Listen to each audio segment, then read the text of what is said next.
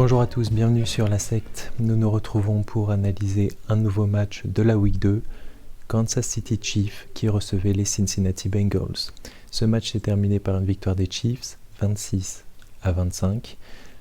Les Chiefs sont donc à 2 victoires, 0 défaites depuis le début de saison, ce qui est l'exact inverse des Bengals, 0 victoire et 2 défaites. Dans ce match, Patrick Mahomes a permis à son équipe de marquer 2 TD, mais il a subi 2 interceptions, là où Joe Burrow a aussi permis à son équipe de marquer 2 TD, mais il n'a subi aucune interception.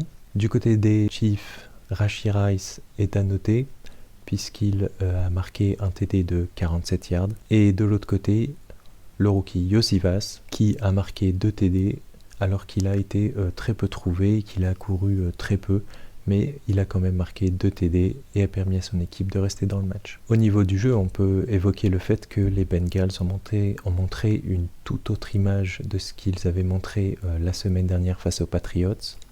On a revu une équipe avec de l'envie, avec un jeu de course, à mon avis un peu trop de jeu de course. Ils ont tendance à beaucoup trop chercher ce jeu viril, ce jeu dur. Alors peut-être qu'il s'agissait ici de la rivalité entre les Chiefs et les Bengals, ce qui a poussé les Bengals à utiliser ce jeu dur et ce jeu de course. De l'autre côté, les Kansas City Chiefs ont beaucoup moins été à leur aise que face aux Ravens la semaine dernière.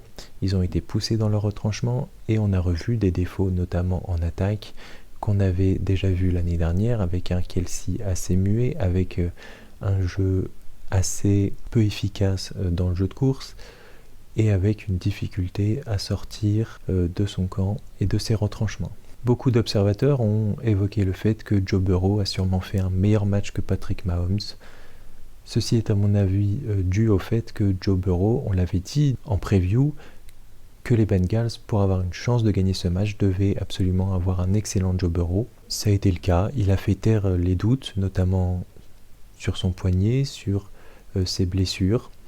Donc ici c'est une bonne chose. On peut regretter du côté des Bengals un Ja'Marr Chase toujours aussi muet, mais ce n'est pas vraiment étonnant puisqu'il n'a pas vraiment participé au camp d'entraînement de pré-saison.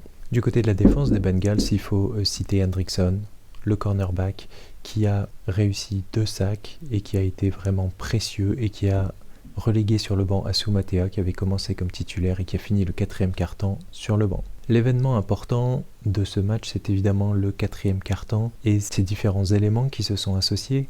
Donc on a d'abord le fumble de Joe Burrow qui est assez pressé, le pass rush est plutôt bon, il essaye de sortir de la poche et là se fait plaquer, il est touché.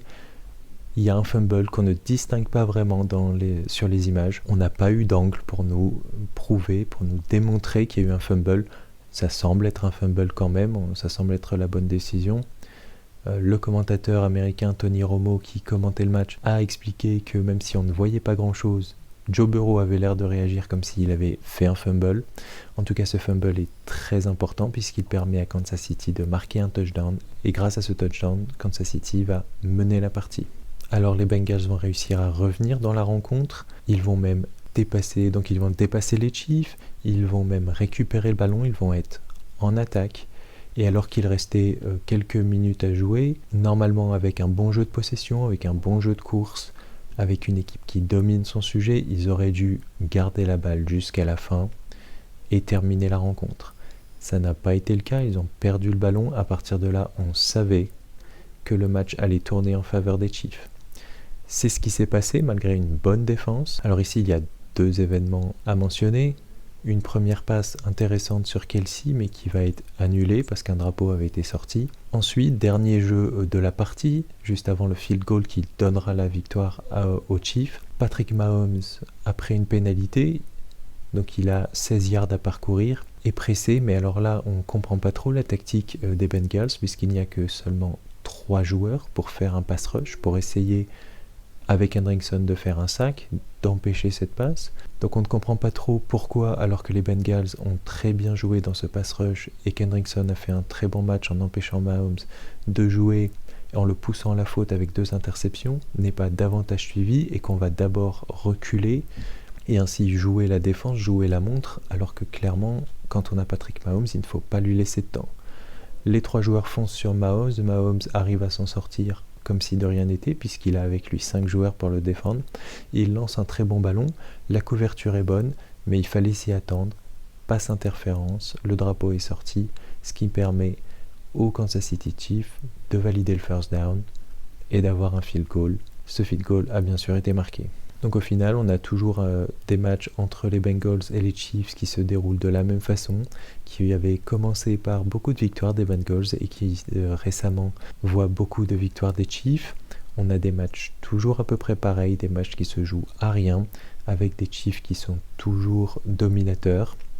Et de l'autre côté, des Bengals qui ont montré beaucoup mieux, qui sont à 0 victoire et 2 défaites, mais dont on attend quand même beaucoup de choses sur les 2 prochains matchs, puisqu'ils vont affronter des équipes d'un calibre largement inférieur. Je vous remercie de m'avoir suivi, je vous souhaite une bonne fin de semaine, de bons matchs, et à la semaine prochaine.